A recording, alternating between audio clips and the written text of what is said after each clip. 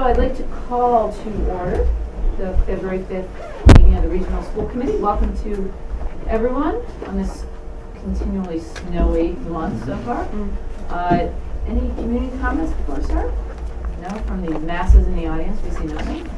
So we will start, what we're going to do is we're going to do the state of the school, the middle school and the high school, and then move a couple of items up for guests who are with us today so that they can be on their snowy way.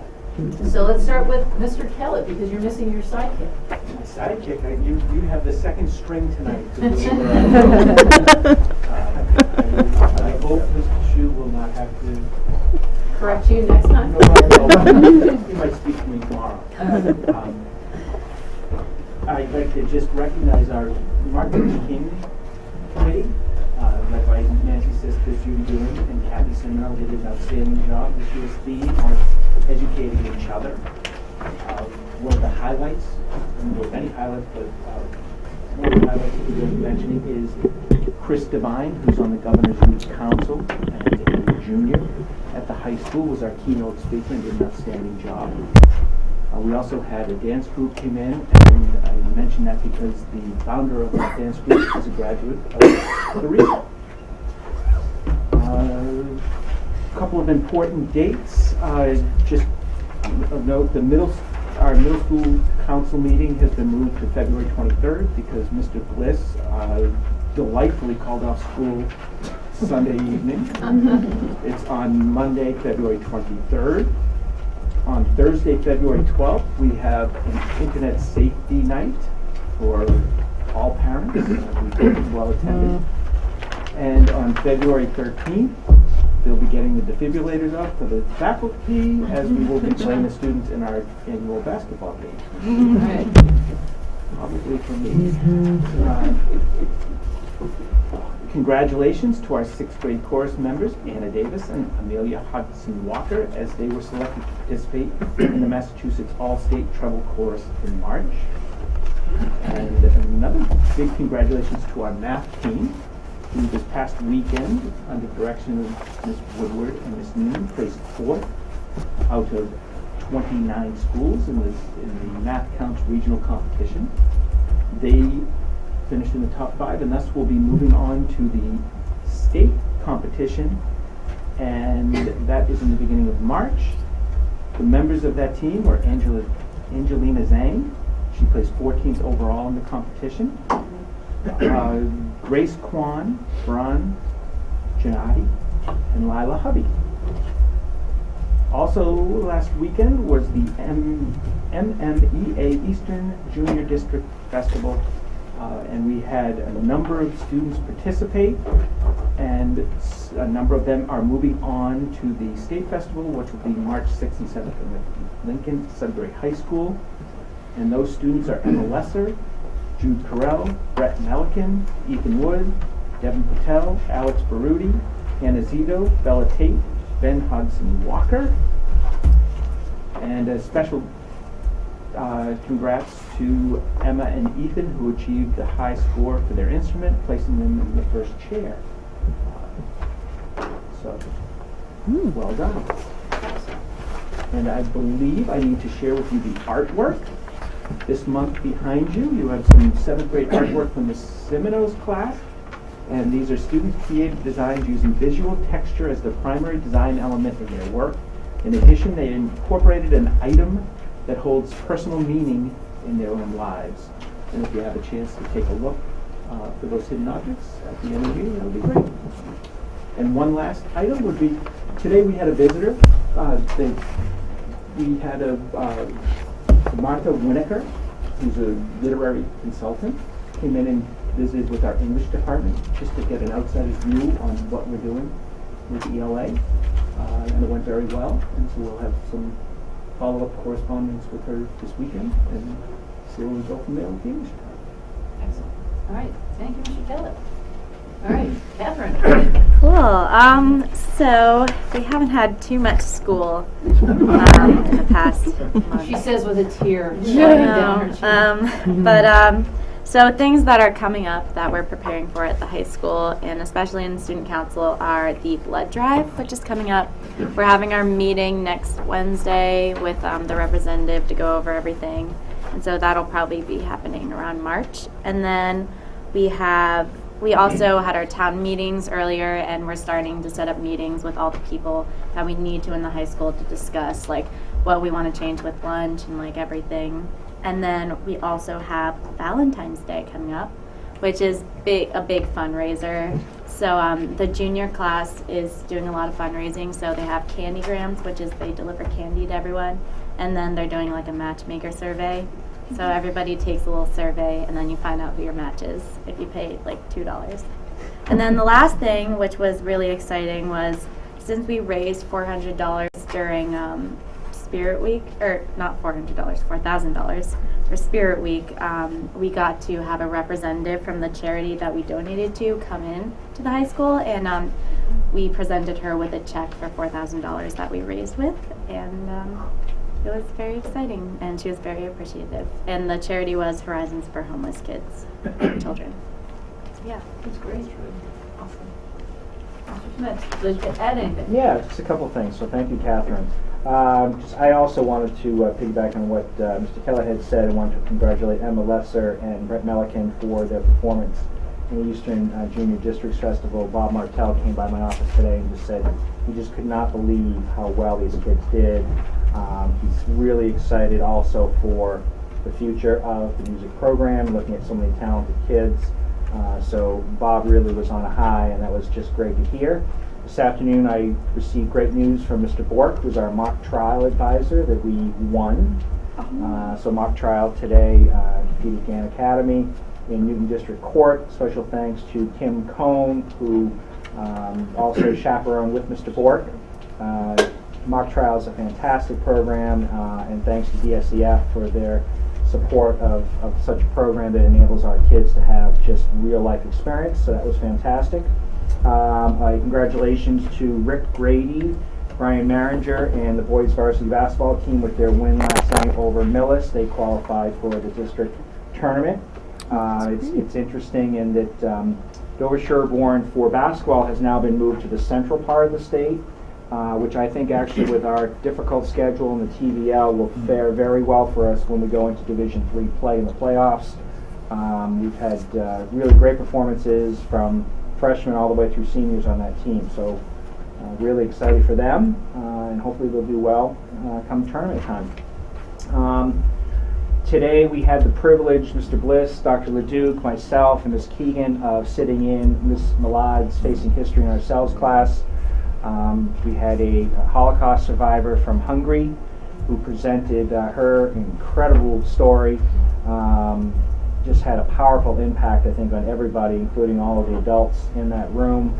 Ms. Milad, as you know, teaches that senior elective, and Marika Barnett actually came and spoke to 2 different classes about her experience being a Hungarian Jew and surviving and being here. The story was great sense of humor as well, really polished speaker, and that's the type of authentic educational experiences that I think make DS so wonderful, that we give our kids those experiences, and talking to the kids afterwards, they just were so moved and so impressed, and it just reiterates that these are great things that we're able to bring in, and we're really fortunate that we're able to do so. And finally, Was she linked to the school in some way, or? No, Miss Milad had reached out through Facing History and through those connections. It's a wonderful network based out of Brookline, and it's a great organization. My previous district was affiliated to, and this woman was sharp, and she was so sharp. The details, the dates, the times, the places, it was an unbelievable history lesson. And as somebody who taught history, I learned so much today that I just said, wow, I guess I really didn't know as much as I thought I did about that. So that was wonderful. And finally, I just wanted to give a special thank you to Chris Hendricks, to Dean Bogan, Dave Pizzillo, Dave Imbracia, and all of our custodians and maintenance staff for really just doing such a fantastic job with this overwhelming amount of snow. I'm sure people at home are tired of digging out and are continuing to dig out. on top of the fact that they did that here, they had to do it at their own homes, at home. Really just did a wonderful job, created safe conditions for our kids. Campus is well plowed, well maintained.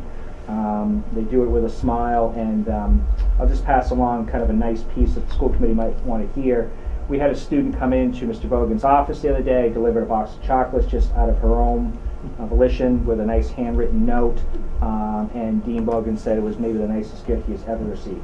So it was just a nice touch of appreciation and the type of kids that we have at DS and Caliber. So it was another proud moment for DS. And if I could just piggyback on that, Mr. Smith, it was interesting. I had a meeting with Coach Grout, Nick Grout, the other morning at 7 a.m. And upon leaving, we had occasion, he's our girls hockey coach, and we had occasion to start talking about the girls on that team and our affiliation with Hopkinton on that team. And Nick said, Coach Grout said, I really think I've learned more, at least what I've taught them, if not more, from these student athletes. And the same kind of thing, just that real, genuine respect between adults and students and student athletes. That's just a hallmark, I think, of our system. And the girls were fortunate that Chris was able to timekeep today. Not only did she work on grounds, but she was a timekeeper at this afternoon's game. That's great. Perfect. Thank you. All right, excellent. No, I'm glad you did. Thank you, Mr. Smith. We're going to rearrange a little bit since we have a few guests and jump up Mr. Bliss's Mass Award presentation to start with, please. So every year, the superintendents across the Commonwealth have the opportunity to award one. It's really based on the size of your school, but for us, one MASS award, Massachusetts Association of School Superintendents. And I interviewed 5 students in total for this award, 5 sitting seniors. And I'm very pleased this evening to present the award to Sarah Stevens, who's with us in the audience, and her parents are here, Mr. and Mrs. Stevens as well. It's particularly, I think, important to the Stevens family because this is their 3rd child who has actually received the award. So Sarah obviously is a senior, and her brother Brett graduated in 2010, and Jeff graduated in 2013. So it's the trifecta, I guess, in the Stevens family. But I want to share just a few of the items, and I think this is one of the most amazing things when we have the opportunity every year to look over the resume of our students, and tonight in particular to highlight some of the attributes and aspects that make you so special, Sarah. So National Merit Scholarship semifinalist, World Language Honor Society, National Honor Society, Dartmouth College Book Award, Sherborn Council on Aging Service Award, Student Government Day Award, High School Peer Leadership Conference, Captain Varsity Indoor Track Team, Captain of the Junior Varsity Soccer Team, Ambassador to our MARC program, Peer Helper Association and Committee Leader, member of the Math Team, the Physics Team, the Raider Way, Current Events Debate Club, the Tufts University Institute for Global Leadership, she participated in grade 10, Community Service Awards, including the Town of Sherborn Council on Aging Award, Hope Phones, she serves as a tutor, she works with the Dover-Sherborn Boosters, she has volunteered her time at Pine Hill Elementary School with Dover-Sherborn Youth Basketball as well. And in her side work, she is associated as a research assistant with Brigham and Women's Hospital, where she worked last summer. So that's it's amazing. I think every time you feel so under-accomplished. All of us when we go through some of our students' accolades. And Sarah, I was particularly impressed with just your genuineness and just the manner in which you conduct yourself. And that's what I learned a lot about you and about how you have carried yourself as a student. We are so proud of you, and it gives me great pleasure, and I'll come over to present this award to you this evening in the presence of your parents.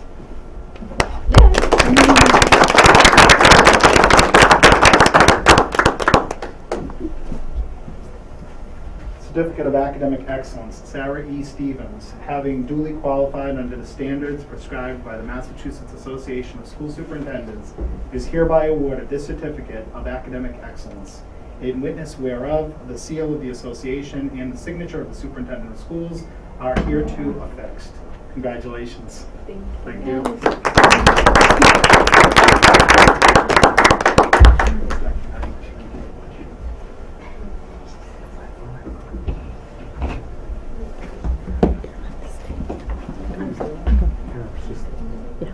Dana, go. Oh, yeah. Thank you, you. guys. you. You probably have 14 other things you need to do today, so. Thank you. Thanks, Catherine. Yeah. Bye, Catherine. All right. Next, if it's okay to continue switching around the agenda, we thought it would make sense to talk about the bond refunding so that we can allow our guests to not sit through the rest of our meeting. Steve, would you like to address that? Sure.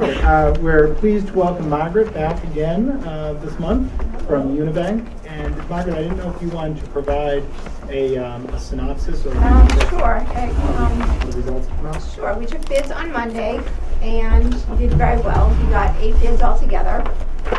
The lowest bid came from FTN Financial, and they're based out of Tennessee. And your TIC, which means true interest cost, is how we award bonds, came in at a 1.3167. The highest one, so the lowest bidder, the last bidder was a 1.45. So they were all very close, very tight bids. So you did fantastic. I know that, I think Chris said she handed out all the numbers and everything, but overall, you came up with savings of, budgetary savings of just over 1.65 million. And that's about 162,000, 167,000 over the next 10 years. In net present value savings, that comes up to about almost 17%. That's phenomenal. So I was very pleased, and I hope you all are too. Thank you, Michael. So, do you have any questions or? I think Chris had done a nice job today on preparing a spreadsheet. Okay. You want to walk us through that, Chris? Yeah, this spreadsheet is basically what the new capital or debt assessments would be, and they're pretty final at this stage. There's nothing else to change. And it's a 12% reduction in total, which is really good. And the variance from 15 to 16 is a savings of 190,971. So that's going to have a significant impact for the two towns, and that will happen each and every year. So in your packet, we had we provided, or I think we sent electronically, a preliminary assessment schedule for fiscal 16.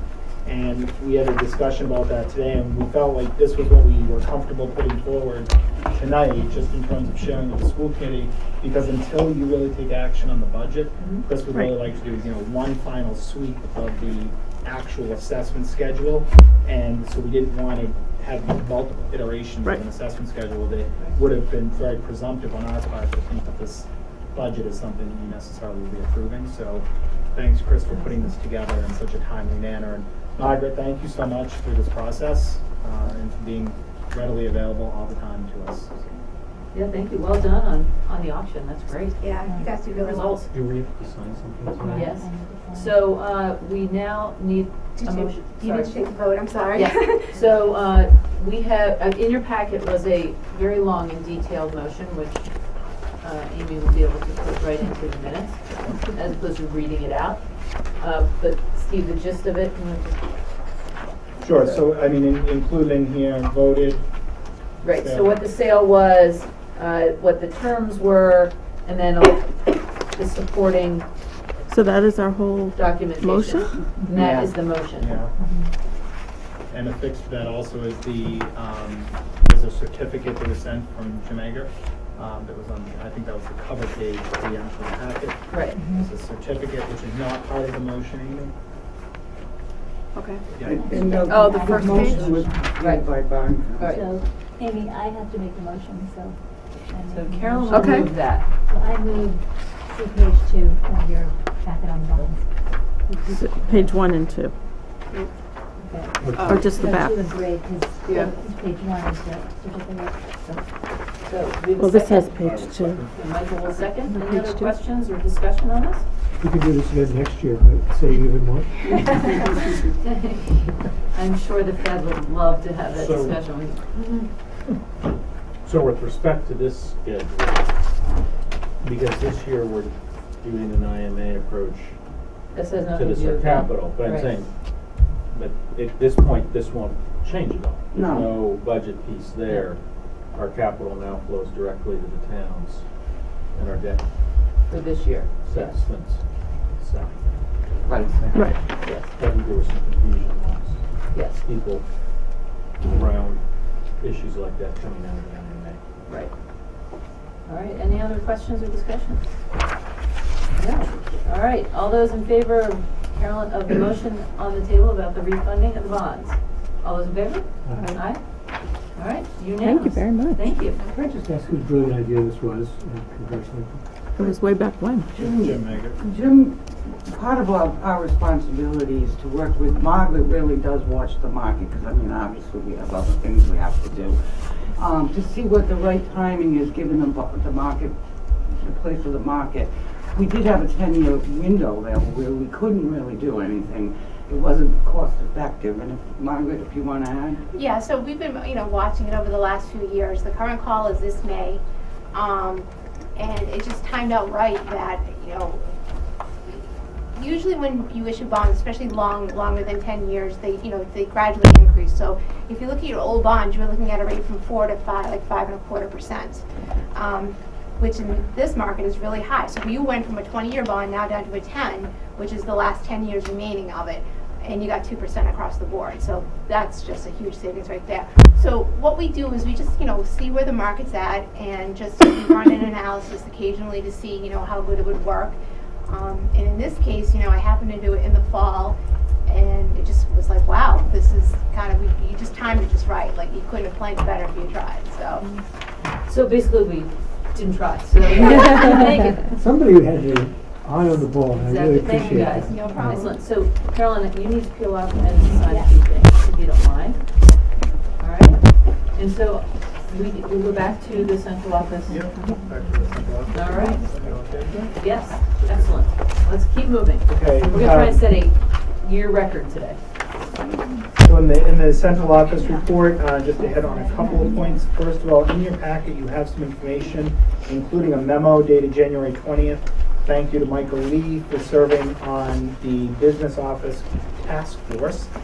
We met a few times, and there's a memo in your packet that I'm sure you've read, and it outlines sort of the tandem missions underlying that particular group.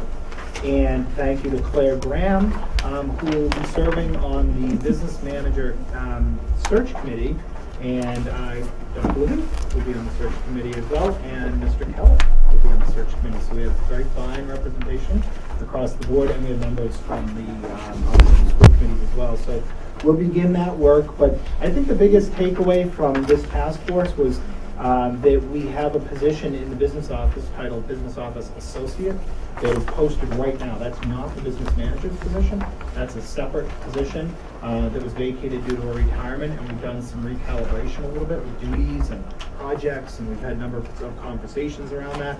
And we think this will be really a good fit in terms of positioning whomever comes in as the business manager to have a few things that have a few big projects and a few areas that this person can really be met with some stability. So we'll keep you updated. It's a great job description, and I think probably a much needed change in the office to give the business manager that kind of support. Yeah, one of the things that, Chris, when we met about it, and Karen and Terry, was, it's some of the things like the food service division of our school system, really, like a business manager, as gifted as Chris is and as dedicated as she is, it's her attention or his attention can't be on, all the details around the food service. And we have a food service director who's wonderful, but she's not, she's not a bookkeeper. Right, and we have other people who assist in other areas, but not on the project kind of work. Yeah, it's great. It works pretty well. And That's great. I Great idea. also like the capital coming in somewhere to live as opposed to continuing to be driven by some combination of Chris and the school committees, which is not, that's not the right long-term solution either. Exactly. This seems like a much more long-term solution. It should be. So that job has been posted, and we have 13 applicants so far for that position in the pipeline. So posted on School Spring. Just moving to some other items as well. All of the administrators have gone through a mid-cycle formative evaluation process this year. So all administrators So the assistant headmasters who report to the headmasters have gone through that process, and it's just a great opportunity to reflect on goals and where we stand in terms of the year. So that's been very helpful. You also have a memo in your packet from the New England Association of Schools and Colleges. Mr. Smith and I had a conference call with Miss Janet Allison from the NASC on January the 22nd, I think it was. And Janet was very helpful in helping us to better understand the work. They have an advisory committee that's now been created with NASC that's really trying to take a hard look at the self-study process, not only in terms of the expanse of work, but the expense of doing the work. So we were pretty, I think, pretty satisfied, John? Yep, at this point, yep. With that, and NEASC is aware that we are sort of just in abeyance on doing our self-study, so we are not beginning our self-study and committing it's really a year or more of complete sort of derailment to do all of that work. And they're in agreement, and NEASC was wondering if we would like to be a pilot district for some of the new processes, and we think we'll sit on the sidelines and let some other folks try that. Our plates are pretty full, and we'll watch how that process evolves. So we're just watching. graciously on the side, Yeah. and no one's upset on their end, and Well, good. I wish their responsiveness had been a little more. That they had come to that a little bit sooner, Yeah, be a yeah. little aggressive Yeah, getting a and response. from the note about using technology, Yeah. If I could add, Mr. Bliss, I know that Cam Staples, who is the CEO for NEASC, has indicated, because we were one of the schools who had signed a letter basically asking for some major reforms and to come in line with the expectations that we have with our state and federal mandates already. And I think that there's movement from Cam Staples, and he's trying to move some of the other administrative members forward who are kind of stuck in the previous system. And so I think that's part of his struggle. But that being said, I think he has heard loud and clear a lot of schools saying, we find the process valuable, but not how it is constituted now. There is far too much duplication of efforts, and financially there seems to be an unnecessary amount of money being spent for what you really receive for.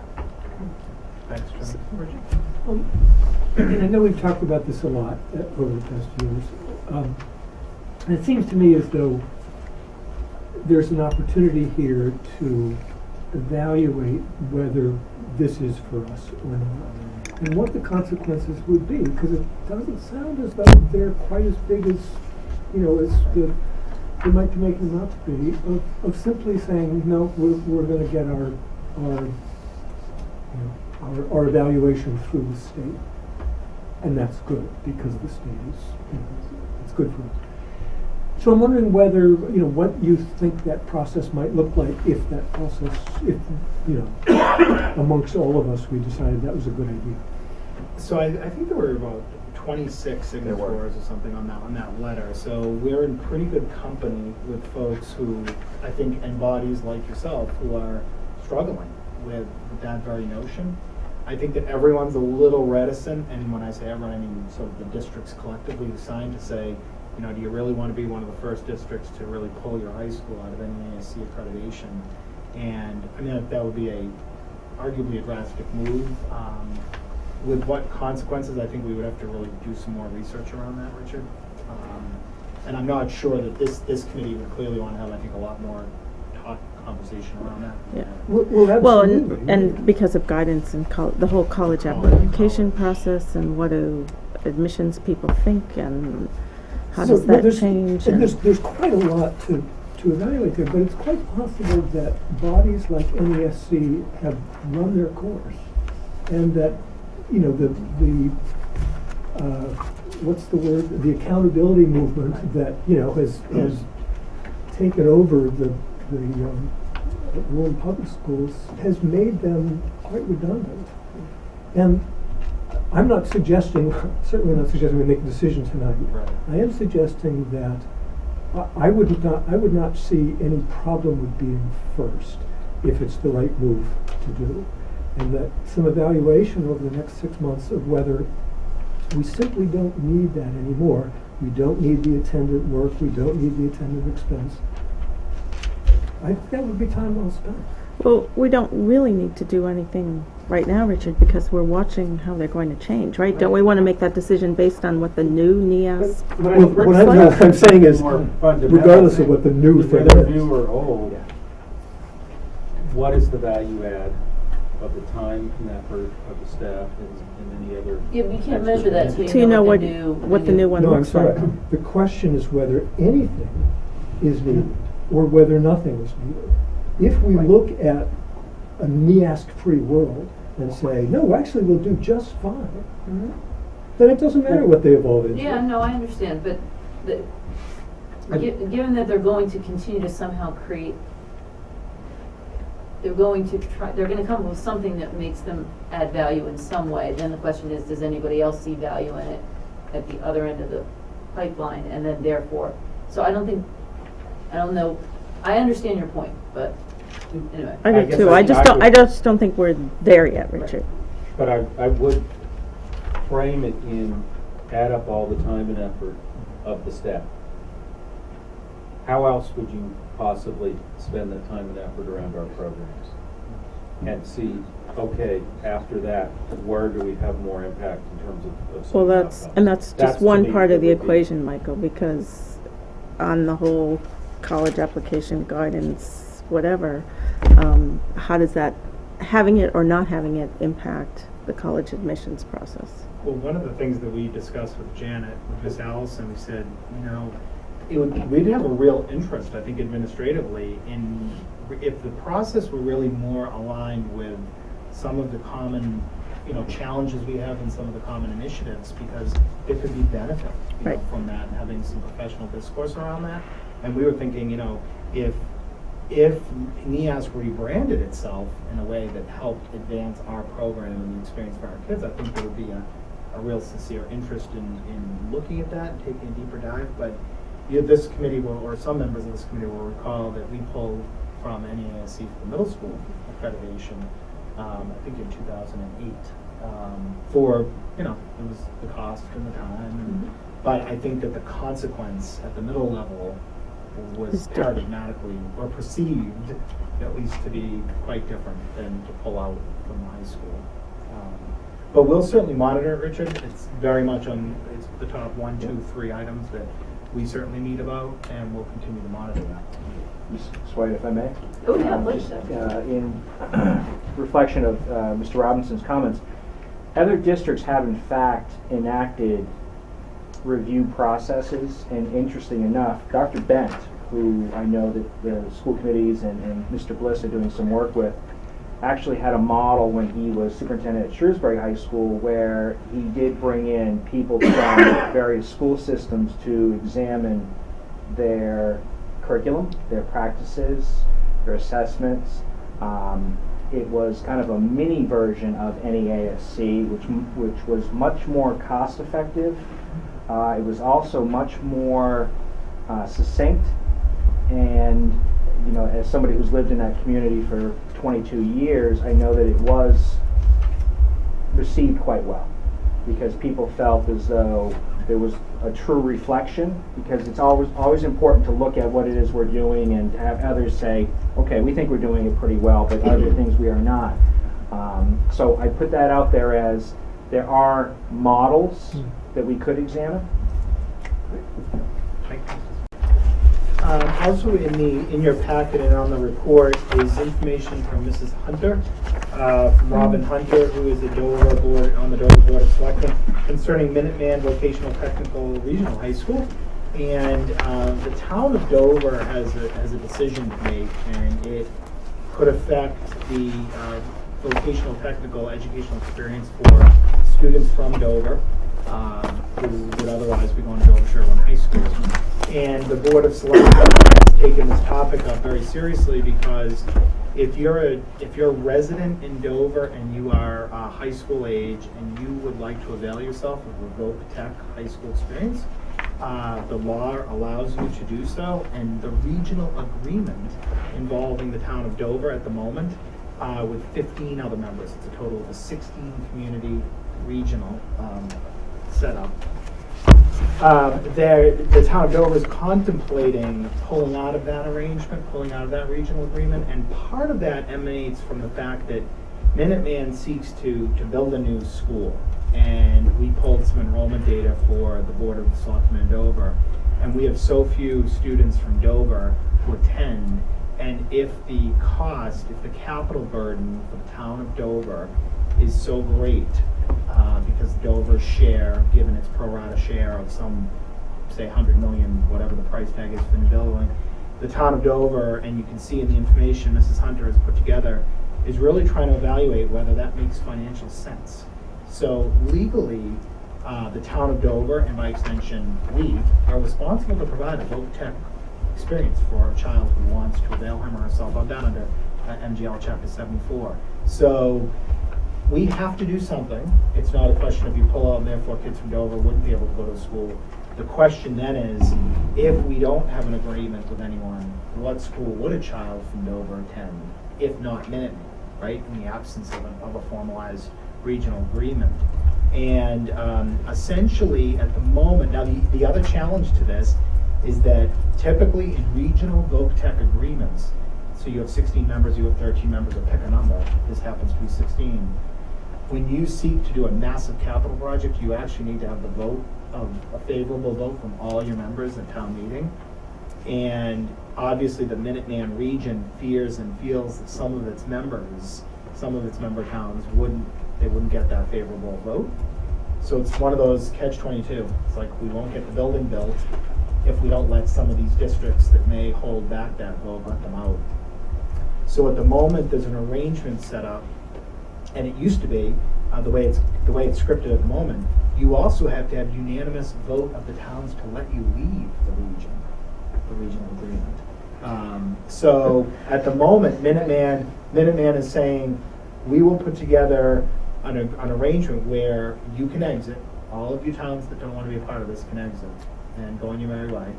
And we then need to consider what that means. And what that means is we're trying to put together, or the Board of Selectmen has asked for our assistance in putting together an IGA, an intergovernmental agreement, that would basically spell out if a child from Dover seeks that education, he or she could go to Minuteman, here's the cost, and Minuteman is going to assign to that a per pupil capital use fee, and that's all being worked out even as we speak. So technically, this whole packet, and Mrs. Hunter herself appeared at the Dover School Committee meeting because it's a town of Dover decision. So she seeks the support of the Dover School Committee and whatever the Board of Selectmen decides to do. But in walking through that, our admin team felt that the regional school committee also needed to hear this because it affects regional age students from Dover and where a child, so students from Sherborn would go to Tri-County and do, and students from Dover go to Minuteman. Just so you know, that's how it goes. Is that enough information, or? Yeah, So, Richard? And so- hey, we don't have any decision. Sure. We don't have any decision No. to make. No. Okay. No, and Lori has graciously offered to help with the IGA, so Robin is working on some different versions of the intergovernmental agreement, and then Lori has said that she'd be happy to help out with that. So, thank you. Sure. So that's the piece on Minuteman.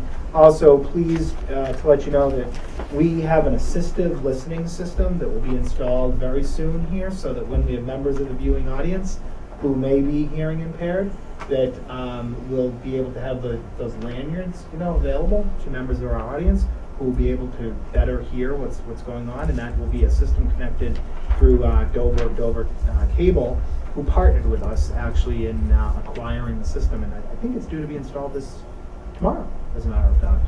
So I think for our next meeting, and that's a nice feature. We've installed it in our auditoriums, we've installed it anywhere we may across our school system. Pine Hill, we have these hearing assistant systems, so we want to make that a way.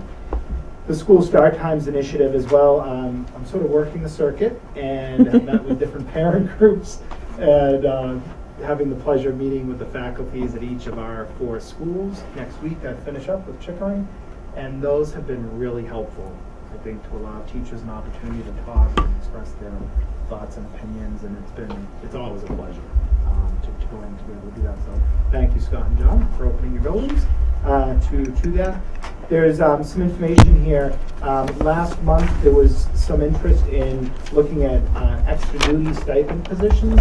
So we thought it might be helpful to the regional school committee to just include a running, this is literally a run, of where we are with some of the positions. Remember the 3-bucket structure. We have athletic positions, we have extracurricular positions, and we have instructional leadership positions. So that was in your packet. Steve, I just had one Yeah. quick thing about that, and I didn't email you beforehand because I didn't even look at my packet till today, so I Oh. apologize. I think we have some vacant positions, was that right? We do. And do they have ratios in here, or they don't have ratios? So they're actually, if you look on the page that has some red in it. Right, they that's, go- okay, where it says vacant and Yeah. 0. Yeah, those I just think we need, for the public, to know that there are ratios that exist with those positions in Appendix C. Those ratios have not disappeared. right. we did This not is the vote actual to- running of what we're paying. Right, we did not vote to Yeah. change or remove Good point. the ratio that was in there. Correct. That's a great, no, that's a great Just a point. little process thing. And you know what And else? same with cheerleading, we Yeah. didn't take a vote to remove that from Appendix C. And that here is a 0.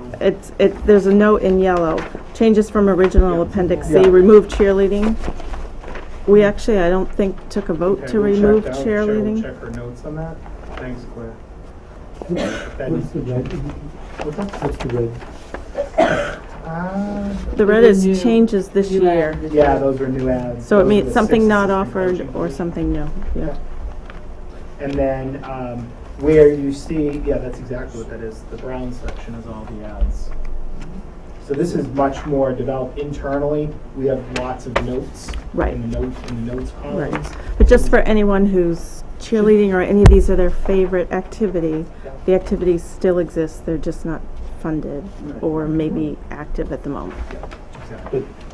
But the cheerleading's under additional coaches paid by donations, that's accurate, correct?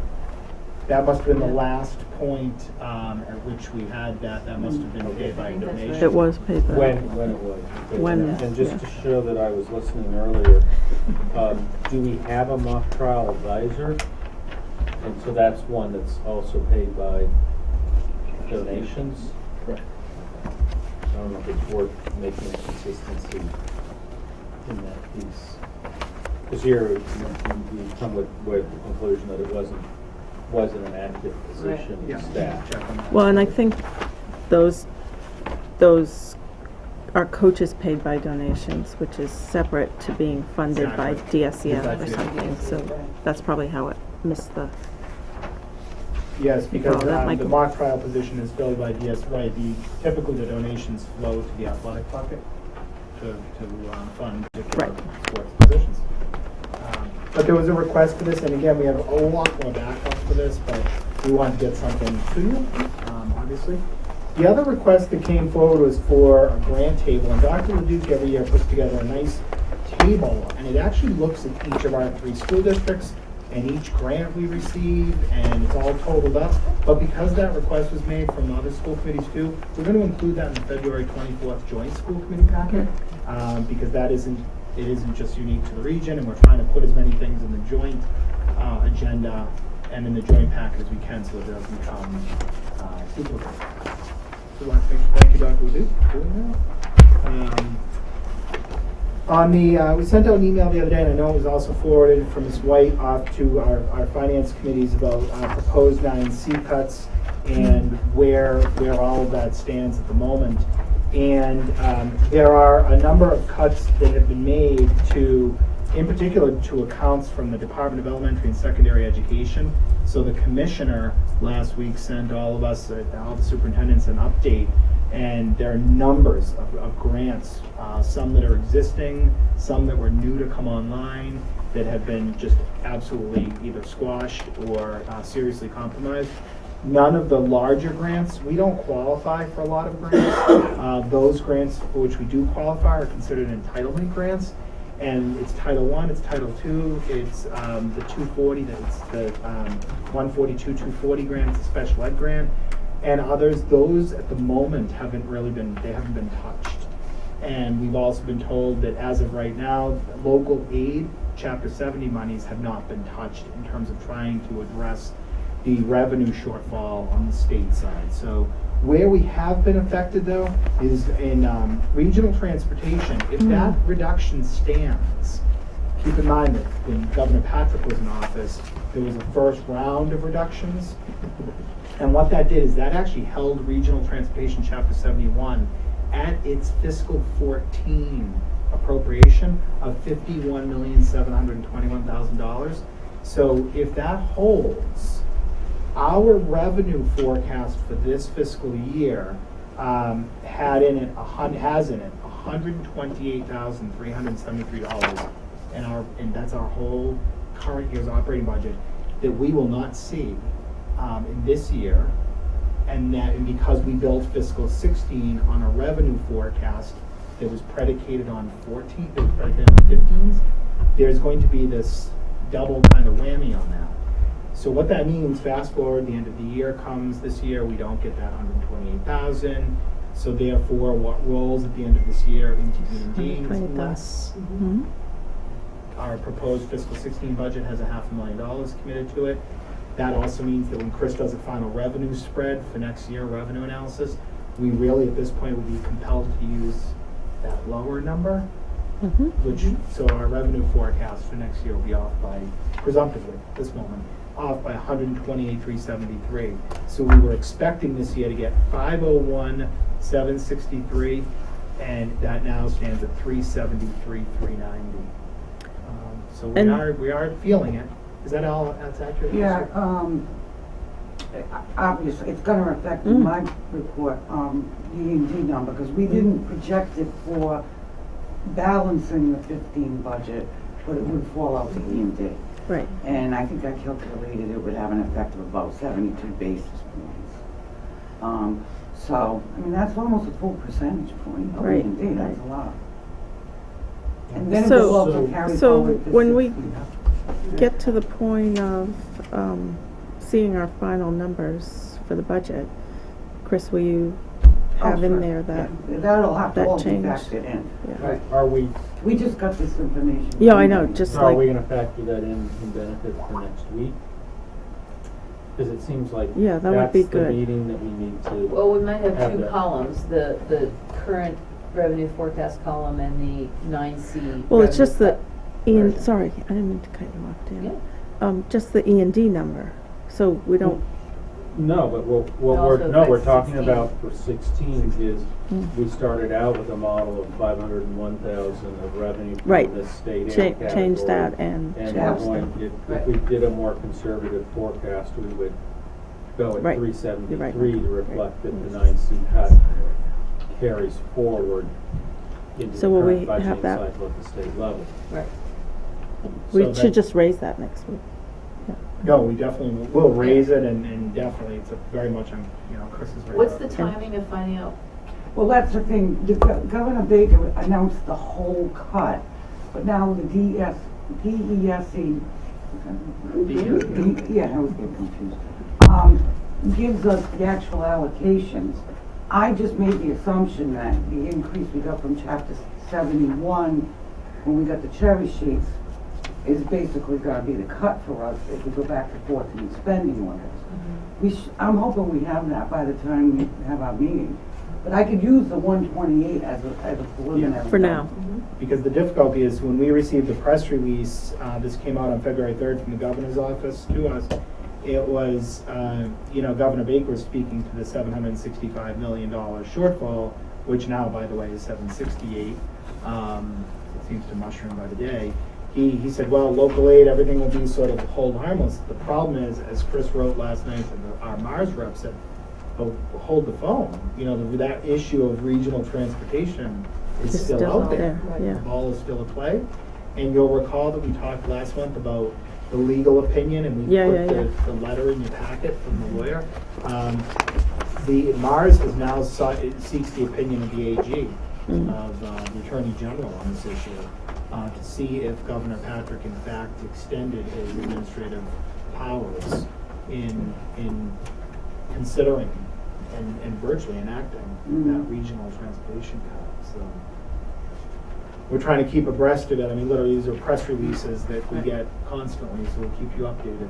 So maybe Is there a it would be March? good to do a best case, worst case, factoring in the 128 Exactly. and taking it out. Right. So Is there a March cycle with state budgets coming out of either of the two houses that get translated to a cherry sheet that would be in time by the last day we have to ratify? the governor's budget hasn't even been proposed. No, but I'm No. looking out in March when. Probably not. No. So. That doesn't come So out. We've had, we've had, No, ye- it hasn't we've had come years out. when we don't get that till what, June or something? Yeah. Well after even town meeting and the votes. No, but they're often preliminary budgets that at least give you a sense of the when, but if that's not gonna be available even in March, then I think we have to operate under the assumption that there's a worst case. Oh, I agree on that one. I'm more concerned about this year as well. Right. Well, and that's my concern, Chris, is what does that leave us for E&D? What are we using for E&D? Yep. And what does that, the next year leave us in the bucket? Right.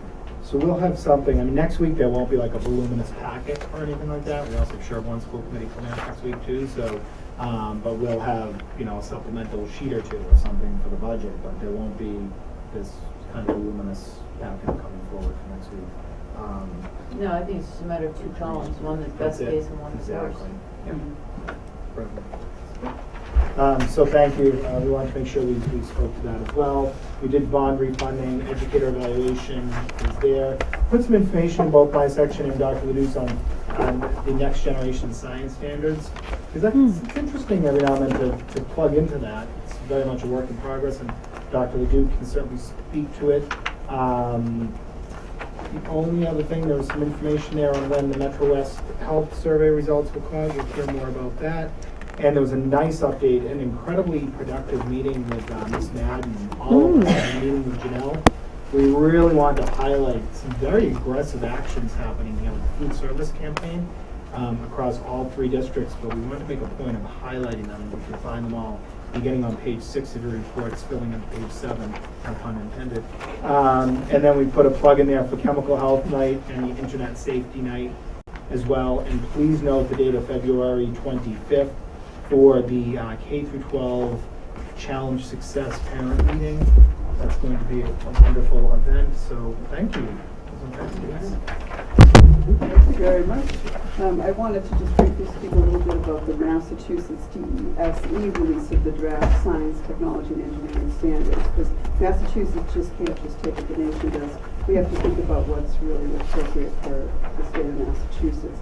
And they've actually done a nice job of integrating the earth and space science, life science, physical science, and really focused on the technology and engineering as a whole package. So those 4 disciplines come together, and then those practices associated with scientific inquiry. Their K-8 looks at science in an integrated approach, which we currently have K-5. It's the 6 to 8. And then we're trying to figure out, they call it either a layer cake, earth and space, science, life, and physical, or it's an integrated approach, and no decision certainly has been made here.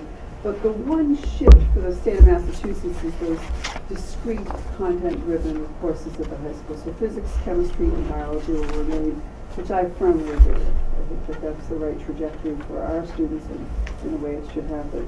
In typical DESE fashion, they've extended a year the vote for these standards.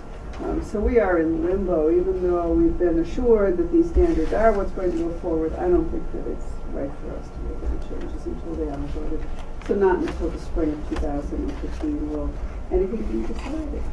But certainly some great work happening at our elementary level, because the new standards are a great integration of those disciplines, and we will start some of that work next year at the K-5 level to look at what we're going to do. So it's just in a nutshell. And Steve has provided a great chart for you about what's the difference between the 2, next generation and the science, technology, and engineering. I have to give kudos to the regional curriculum leader, and in particular Chris Lasser at the high school, when he was the intern, for staying on top of all of this and helping me to do a great job of assisting our district with the implementation should that happen. I think it's important to note that when education, of your vote and support of going forward with international students. They were pleased that we were going to partner with them, and certainly had Steve Jenkins is our representative and heard directly from the owner of the company. So thank you very much. And we're going forward with 2 or 3 students in the spring of 2016. I submitted the profile, I submitted some pictures. As soon as that's ready and you can see it live, I'll send that to you. And then John Smith and I will work on reviewing applications. I think that there will be great interest in students coming here. You're not surprised. Not at all. The Full Wellness Committee met on January 26th. It was a great meeting, a packed hour. January 26th, yes, before that snowstorm, the first one. The day before. It was the day before because it was snowing for 10. Ellen Shagnon has been shepherding the Challenge Success Program. You can see all of the initiatives that are happening there have been reported previously. Janelle Madden provided a great update of the food service. And what in particular what she's doing with her action plan, which Mr. Bush just outlined, and the new point of sale system, which you've heard about here. SPAN-DS continues the social norming campaign for grades 6 through 12. Mimi Creer and Bev Madden supported on the work that they're doing with the educators, administrators, and community members. The Medwest Adolescent Health Survey was administered to middle and high school students, 7th grade, and totally dry to high school. My name went blank. All students, that's what I thought. And then a key indicator phase report, which means those indicators from the survey that might influence programming will be released in March, with a full comprehensive report released in May. And the Wellness Department will certainly do a great job of reviewing that, as will the administrative team. And Laura McGovern and Andy DeKeegan have given us a great update on that. I provided the committee with an updated wellness policy and the implementation guidelines. It's still under revision, but the implementation guidelines are coming forward. So I think that's something that we'll get together in February. I hope to do something in January. And Lauren Doherty provided a great overview of the school start times, committee work, and their next steps. So if there's anything I'd like to speak to. Any questions? Is there just a headline out of school start times at this point around next steps? Richard, next one. Richard's our I'm not, that's Stephen's job to decide what that is. Go ahead. So we, at the moment, we met several weeks ago, and we left that meeting with the notion that I really had to do a lot more of the work with the parent groups. So I visited with Positive High School PTO, Dover PTO, CSA at Pine Hill. They were very well attended meetings. Also had to meet with and wanted very much to meet with the faculty, full faculty at each school. So that's been the work, Michael, of the past month, because there's been sort of a plug into one of those groups each week. Florian, 3 snow days, and whatnot. So, I know, full of these puns tonight. So we will, on the February 24th meeting, running tandem with all of that, I've been working on sort of an executive summary that really walks the consuming public through everything, the creation of the group and the things we've looked at and what some of the challenges are that we face. At the last meeting, we met in here and we workshopped with that whiteboard some different scenarios, and I just have to really give, in particular, the students on the committee just an incredible amount of credit because they contribute to every single meeting. They're at the meetings. They're working things through with us, and yet they kind of keep things to the committee, so they're and they're really remaining very objective about all of it. So that will pick up big time the next few weeks in terms of next steps. Does that help answer your question? We're not voting, are we, at the February 24th meeting? No. Michael, is that? It sounds like we're still in information gathering. Oh, yeah. I was trying to get a sense of Where we're so going. No. tap in one direction.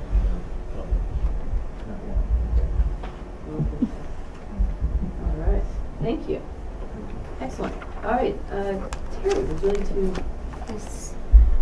You have in your packet some information that one of the other school committees have asked that we take a look at percentage of students that are out of district and what disability categories they fall in.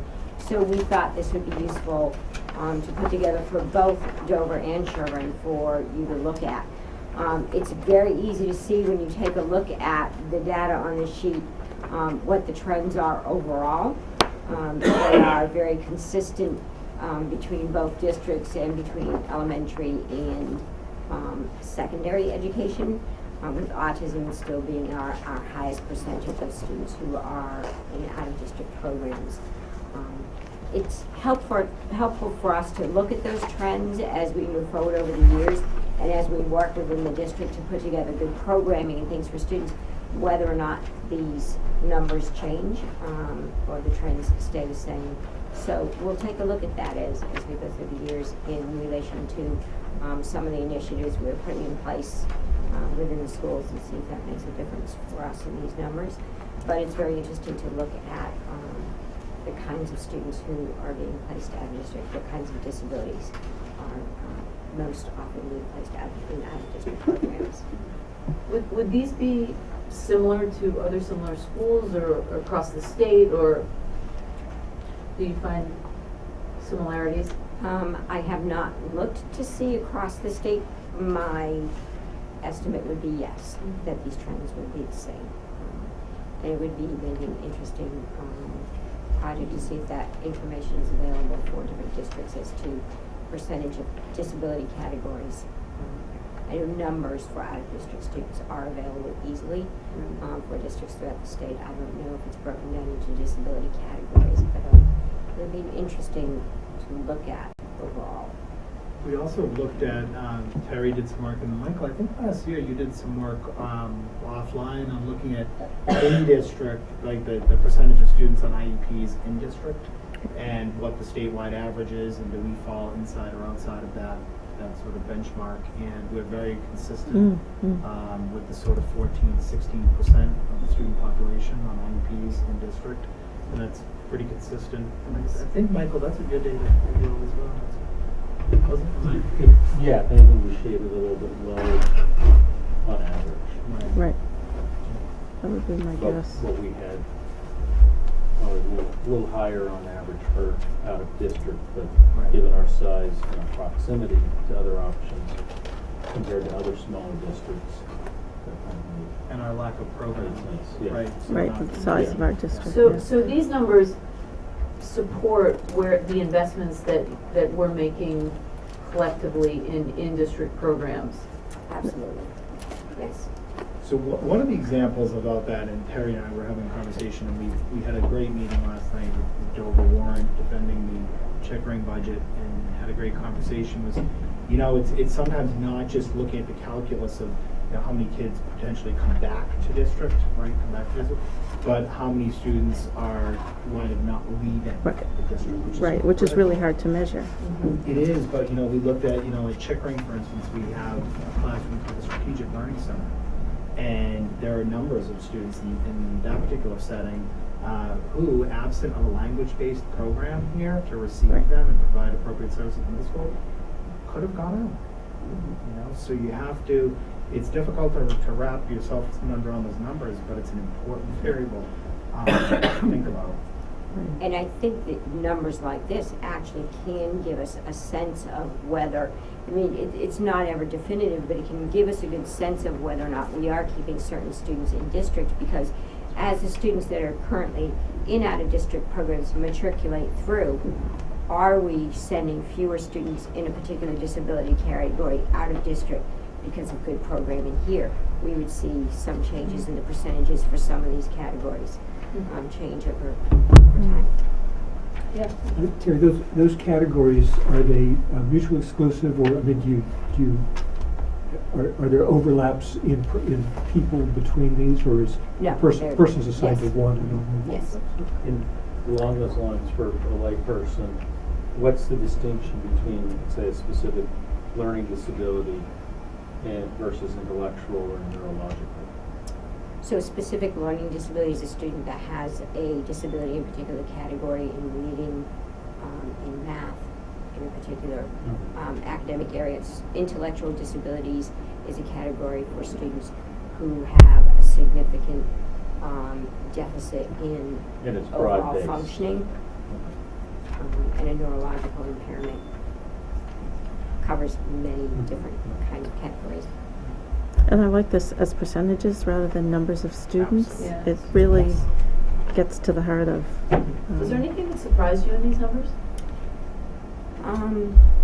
No, not actually. I don't think anything in the numbers was surprising to me. It's really so helpful having Terry in position. I just can't say that enough. I mean, in terms of having her hand on the pulse of all the cases and what's going on system-wide, that was a good move and a great appointment. I wanted to also make a plug through our CPAC, Parent Advisory Group. They requested that we do a parent evening talking about the differences between 504s and IEPs. So the assistant principals from each of the buildings, so Frank McGordy, Brian Merringer, Ann Keegan, and myself, and Brian. Deb Reineman. Deb Reineman, sorry, I know I missed one.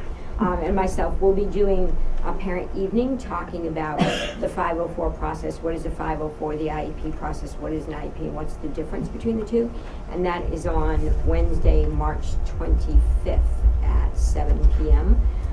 The location is at the high school. The room has not been designated yet. So hopefully we'll have a good turnout for that. Excellent. Any other questions? Yeah, that, Thanks. I was just going to say, Terry, do you know that that's the well-balanced student night for, That's February at least, 25th. oh, is it? Ours is I thought it was March March. 25th. Yeah, February 25th. Oh, okay, thank you. So now you have two things in a row on the 25th. Perfect. If you want it. All right, any other? Very welcome to stay or go as you like. All right, Chris? Did I get the car start? Remote start. I just yeah. always feel like people are That's why she being sent me too out polite before. about it. Okay, I'm gonna go scrape the car. Terry, you're my You guys are keys. still good to me. All right. Thank you. All right. Well, we've already touched upon the E&D issue because of the reduction in state aid the other area of pressure point for the 15 budget is the facilities reserve. As I indicate, currently we have a balance after encumbrances or expended of only $737 from the original budget, which is $86,000. The primary reason for that is twofold. One is we did bid a new maintenance contract for the entire HVAC once we put the air conditioning system on. What it did was it basically brought us into a bidding environment because of the size of the contract. It had implications for labor costs through prevailing wage and also other regulatory requirements that the contractor now has to comply with, such as OSHA. So our cost for repairs, emergency repairs, is probably double what it was previously. Unfortunately, that's the public bid process.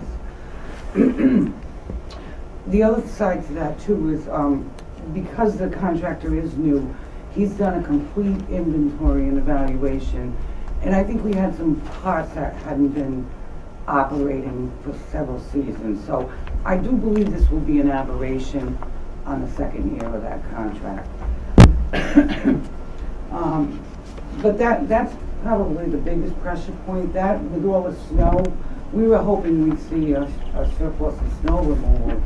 And I don't know. Not if- anymore. The good news is we may be able to get FEMA money since he declared a state of storm. emergency. I've asked Ralph to have the contractor as well as the custodians really keep a good record of all their costs and overtime. So we'll keep the committee posted on that. The other issue is with the snow, we're starting to have ice dams and leaks. And that's just typical of a New England season. That's all gonna put pressure points on the budget for FY15 this year, on top of the potential for a state aid loss. So all we can do is keep the committee informed.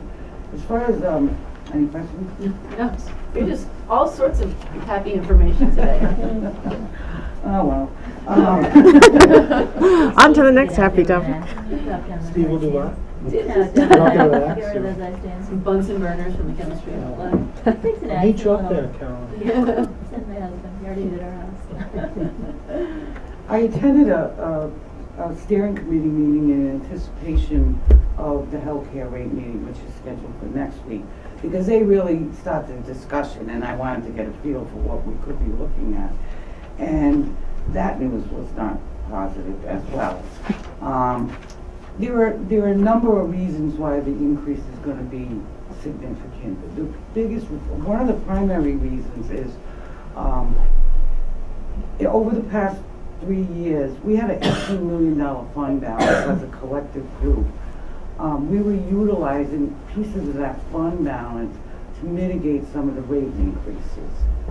But on top of that, we also have some communities that are opting out, and as a result, we're going to have to pick up their claims runoff.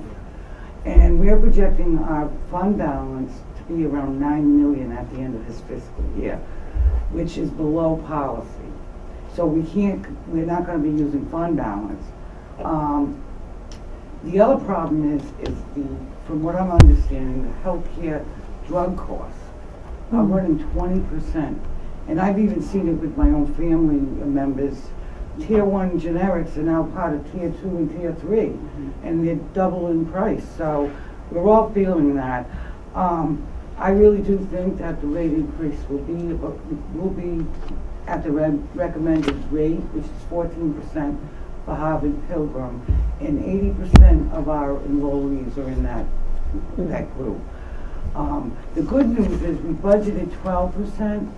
I don't think there's a budgetary impact, because when we did the budget, I took the 12% on top of what we have.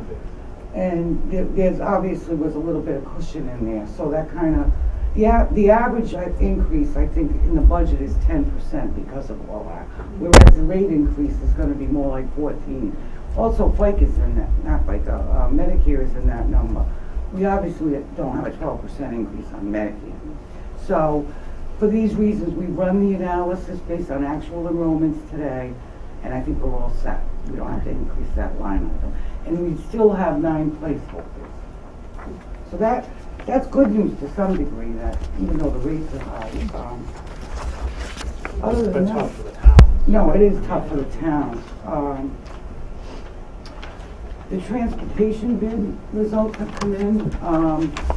Good news there is the bid was $62,000 lower than what we originally budgeted for the region. And is that going to be discussed at the Joint meeting? Okay, so, but that's in the budget recap as a reduction. As far as facilities is concerned, we're still working on the capital for FY15. 16 rather. And we've just recapped where we're at with the 15 projects. I think, Michael, did we want to take a deeper dive on capital discussion next week? Is that? Yeah, we wanted to defer final review of the numbers and for the 2 projects that have a payback analysis. We'll do it all in one go. All in one go, I love it. not nip it off in little bits. Let's go home tonight. More and better information in 1 week. That seems like a good trade-off. And shorter. So that's it from me. Anything from status of operations, anything? No, nothing except the one issue that we had a deficit has resolved itself, and that was because of the retirement. And the individual is now off payroll. On the question of the maintenance, probably we're going to go over if we get another snowstorm. I'm looking at the status of accounts, and good old legal service for school committee is still, we got money there, you can have that. But other than utilities, I don't see anything that's sort of jumping out at me as where we might be picking up some money. Are we likely to pick up money in utilities? Yes. It seems, compared to other years, that your budget balance, because you're able to do your encumbrances for classroom and specialist teachers, this seems lower than has been the case in Yes. other years. Is that? Well, because we've been reducing the budgets over time, and I think it's starting to show, and eventually it will show up in our E&D. Right, right. And that's important. No, I mean, not to just let that kind of hang, but, you know, the Right, this- notion of having the region end with larger surpluses, if those surpluses are diminished, so too is the contribution to E&D. Mhm.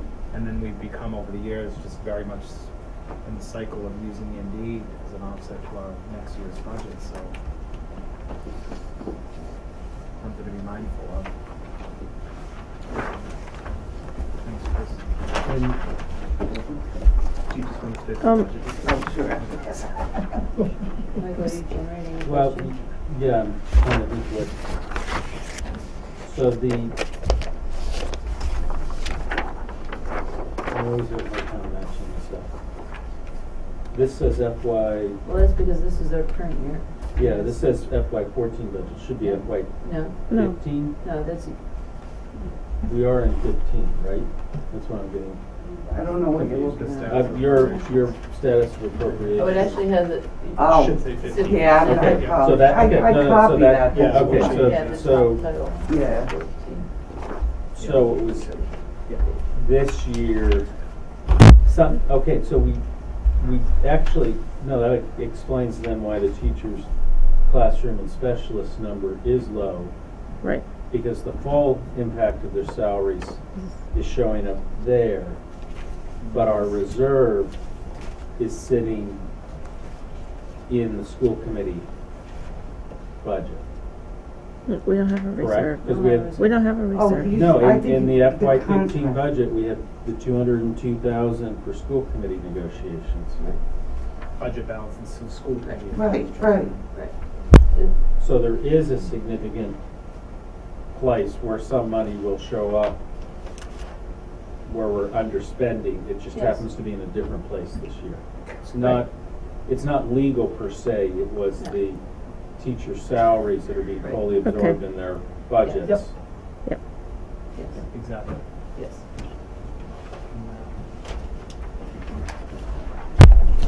All right, thank you, Chris.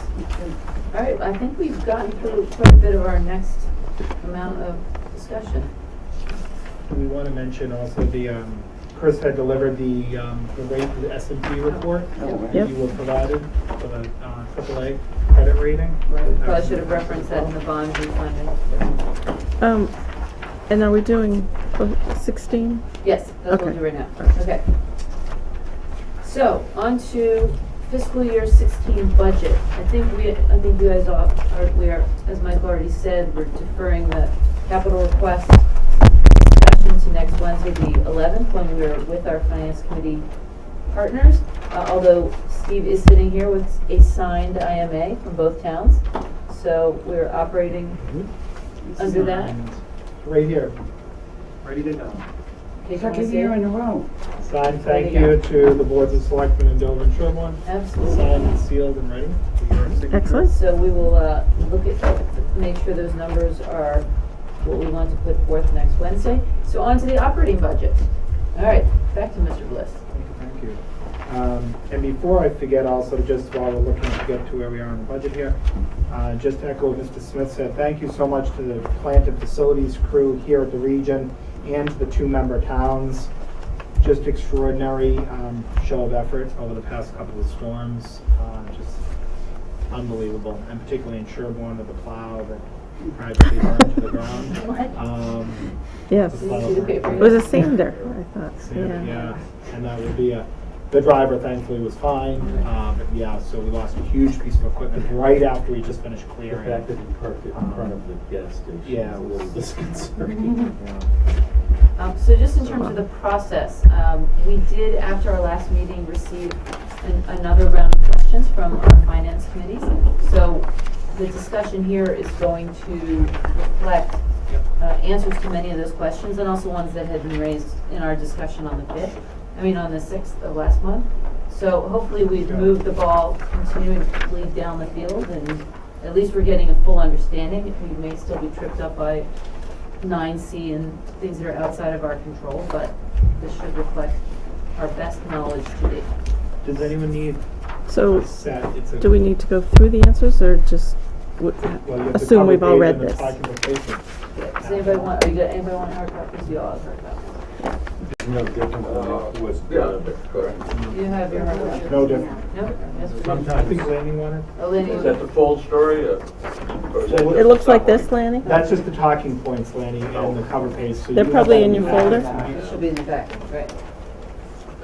So, not to Yeah. certainly read the points, Claire, but, Because I thought they were great answers and very self-explanatory. having been through this many times. yeah, It lots was of detail.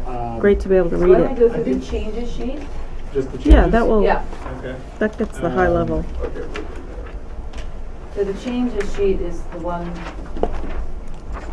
that is in black and red.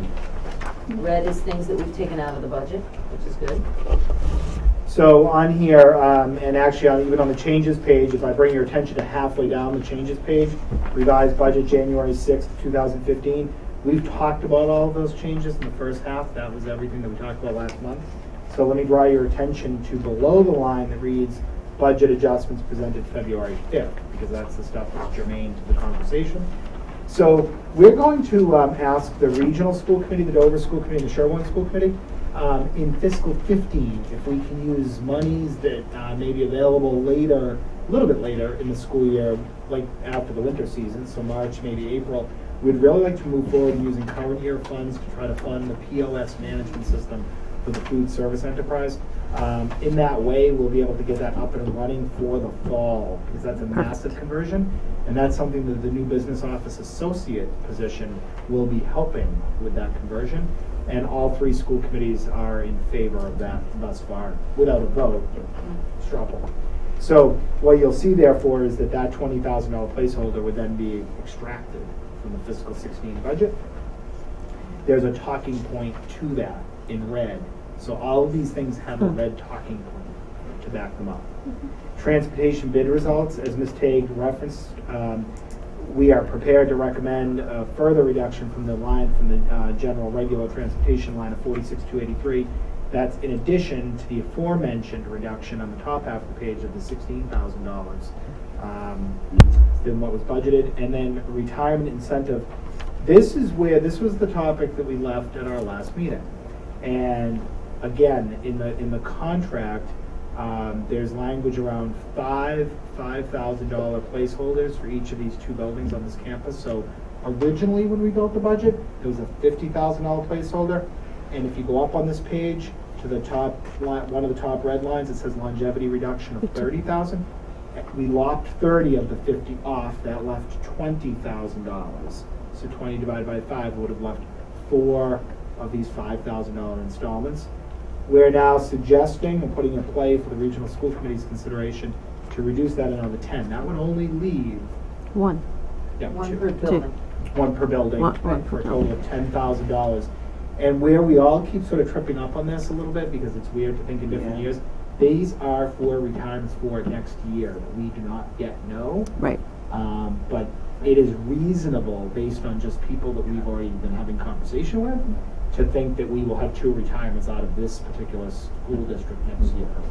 It's also pretty consistent. So could we have more than 2 is the real So it's question. important to know that while 10 would remain in the budget, that doesn't mean that we couldn't have more than 2 people retire. It just means that our best, or the administration's best guess at the number that might retire next year is 2, and then anything more than that would have to come out of another account or Another account. not turn back to E&D, in other words. Right. That's As opposed to over budgeting and then having money be assessed to the towns and then end up flowing to E&D unused. So this was the, how do we get to a best guess at what that number would be based on both, as Steve said, future, hinting So of it- future as well as past historical trend. past budgetary practice has been to overestimate, I assume, by how much? For, in what category, for retirement? This category, right? Well, you haven't had This this is new. significant. This is brand new. This is the first time we're doing it, Richard. Oh, the other 3,000. Yeah, Yeah, yeah. this- But it was not as significant. Yeah. Yeah. So it's, I will tell you that Dover School Committee has a $10,000 placeholder still sitting in its fiscal 16 budget. So for two, for their from that small district, school, right. Is there two still sitting there, and that's. So where is our gap? So this, what this doesn't show is, this comes down to what our ask is. Right. But how does that compare to the towns? Oh, I see what you said. That So would be that's really- available for next week. Right. Okay, so to me, I need to know that before I say, Exactly. yeah, Well, we're not yes doing or no, anything tonight, other right? than having conversation. Is that- Yeah. Yeah, no action. This is just further. We can ask questions. Wait, do you want to finish the list of things that are Yep. coming out? And then, so the retirement was one, and then the attrition due to retirement, so there's a mega talking point about, we have 2 retirements that have been announced. Now, switch gears a little bit, those are retirements happening at the end of this year. And we feel comfortable with a $30,000 reduction with the notion we'll be able to replace that particular individual with less costly labor. But the second position, we're not comfortable suggesting that, because we're going to be looking for a seasoned Nurse high leader. school nurse with Carolyn Bennett's retirement. So there's a talking point, you can read all about it in the revised talking points. We can speak to that. Perfectly clear. Yeah. It's a great scheme you have going here. Yeah, you like it? I do, actually. Good, I'm glad. I almost feel as I'm In my with mind. it, yeah. The whole thing is not going there. So down below, the increase to the Fine Arts Department chair. So when that position was finally approved, and now it's been by all 3 school committees, 2 school committees unanimously, there was an incremental, you'll recall, an incremental increase to the region of $2,632. And so that's been captured. The other thing we wanted to put in play here is this, that the advisory committee on extra duties continues to meet. We were actually supposed to meet 2 weeks ago so that we would have another update for you tonight, and we were snowed out. So our next meeting is, I think, next Wednesday, I think, we're putting the after. We are requesting that there be a placeholder in this budget, and we're simply asking that because when you really look at the extra compensatory positions, you know, our enrollment is up by 11 point something % over the past 5 years or something in the region. And you look at that, and we really haven't expanded those offerings at all. We've done a lot of the moving of money to do different things. It's not to say that the 10 will be absolutely expended, but I think it would be a little bit duplicitous, I think, or not right by the contract, I guess is the better verbiage. And Claire, I look to you with the contract to have that ACED not have kind of some legs to it to be able to do some work. Well, and as you say, given the increased enrollment, the fact that for, I don't even want to Forever. guess, 10, 15 years, we haven't done anything with that appendix as far as making great changes to it, you know, $10,000 to give you a tiny bit of flexibility is well worth it, really. And on that committee, John and Scott sit on that committee, so we review everything with the faculty council. that I mean, sits you on could it. use more than 10,000. You know, that's like a drop in the bucket, so. But we felt like it would, how wrong would it be for us to get a budget approved and then, I don't know, 6 weeks from now, say, well, the ACD group has met and here, I don't know, $6,800 worth of recommendations. That would be to put you back at square one to say, well, why did this happen when the budget was being developed? Right, right. You know? So that's one line, and then we do need to add one educational assistant, and it's a tier 3 educational assistant at $36,694. We know that to be true, and that's actually connected to a particular issue, and that is very much needed in order to retain some students in district. So that's an educational assistant here in our region, and is not connected to out-of-district placement. It's from the interim. Does that also end up having a potential healthcare benefit impact? potentially. Good. And I'm trying to think of the retirements, and then we're replacing the retirements. We looked last night when we were with Dover-Sherborn, we were talking about the Chickering budget, and we're down 2 more classroom sections next year at Chickering, so we were talking about adding some additional staff in another area. It was kind of a wash for benefits from the town side. We're creating an integrated preschool program in Chickering, much like what we have already at Pine Hill, which is very, very nice and warmly supported, which is wonderful. But we were talking about the benefits package, and so that'd be a new package potentially. Well, the other good news, though, if you want to look at it that way, is on benefit packages, when you have increases like we're going to have, people will gravitate towards their spouse's plans. They'll compare, and then we may lose some people just because of the rate increase. That's a good point.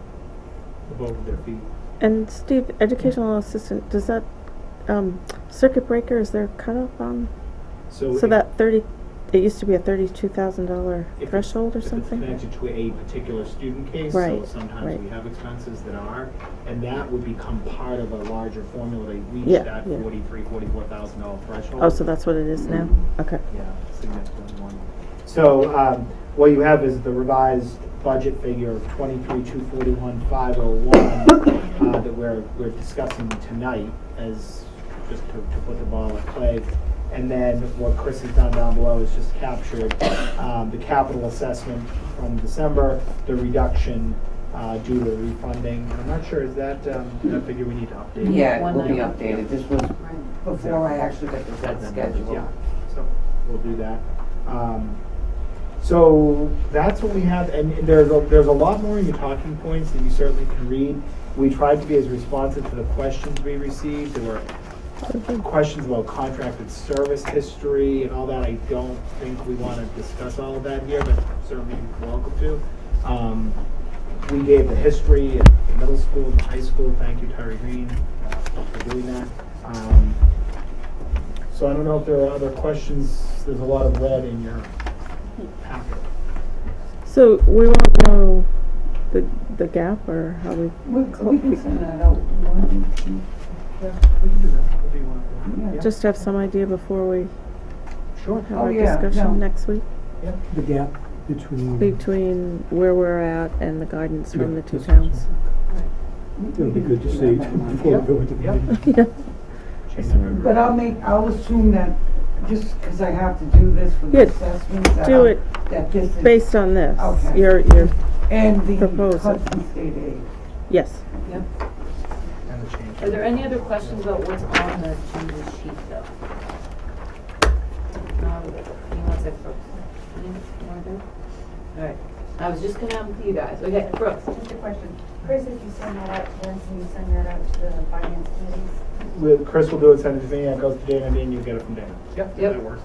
Great, thank you. The only other thing on the changes was, and this came from questions from one of the finance committees, was an attempt to try to tie out, like, what are some of the new expenses, the new things that percolate through the budget? So we sat down today and we worked on this document, which is just a real quick down and dirty of some of the new expenses. So when you scan through, you see variances, in the variance between 14, 15, and 16.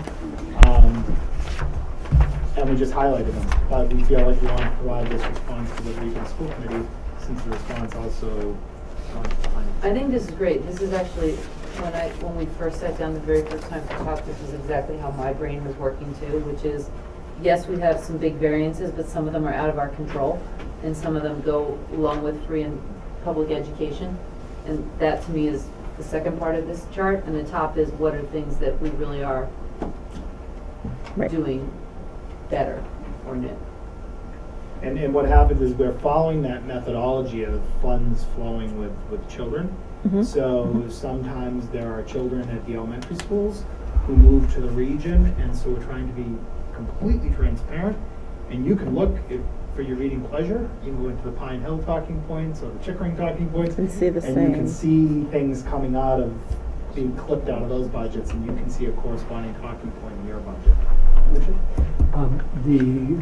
The qualified peer observer costs of $12,000, that's for training or for stipends? That's for That's the course.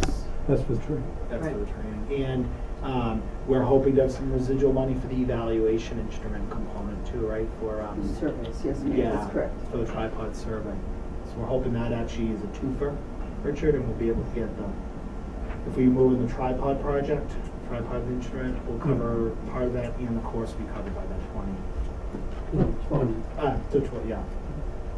12. I'll take 20. Well, We'll take And- it would really be covered by 20. And once they're trained, then if they actually act on that, They they fall go under under the- AECD. ACD. You got it, Michael. Appendix Oh, C. Michael. Appendix C. But currently reimbursed by a grant. That's correct. Yes. Wow. We are just like, Give it a call. There you go. Brooks, you wanna, yeah, Len? Yeah, that transportation reduction, the bid is totally separate from the Chapter 71 issue. I mean, that's gonna Right. be either more meaningful or less meaningful, depending on that number, Right. on the Chapter 71 number. That transportation number from that you're seeing, that the 16,000 and the 46,283, whatever, those are completely connected to the bidding, the bid process. And ultimately, we'll seek the awarding of that contract at the joint school committee meeting on February 24th.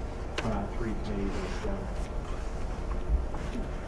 But we're reasonably sure that we'll move in the direction, the numbers we can move. Since we've done better.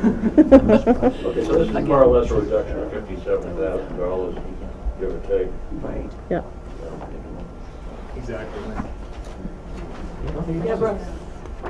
We're trying to anticipate questions that could come up at the town meeting. And it's quite conceivable, given that the enrollments are what they are, that people could say, how can you explain the increase in your budget from this year to next?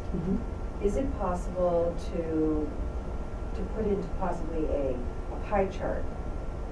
The increase is X percent teacher salaries, facilities, utilities, so that it would be easy to see. Yeah, that will come out. We did an initial pie chart, Brooks, and then when it's finally It's in the resolved, book. budget. Yeah, It's in the notebook. First, Yeah. it's near the colorful pages. Yeah, but it's percentages of the budget, so it'll say salaries 82%, transportation 16%. Right, but she's looking for the So changes. you're looking for the deltas. We could do that. So one of the, Okay.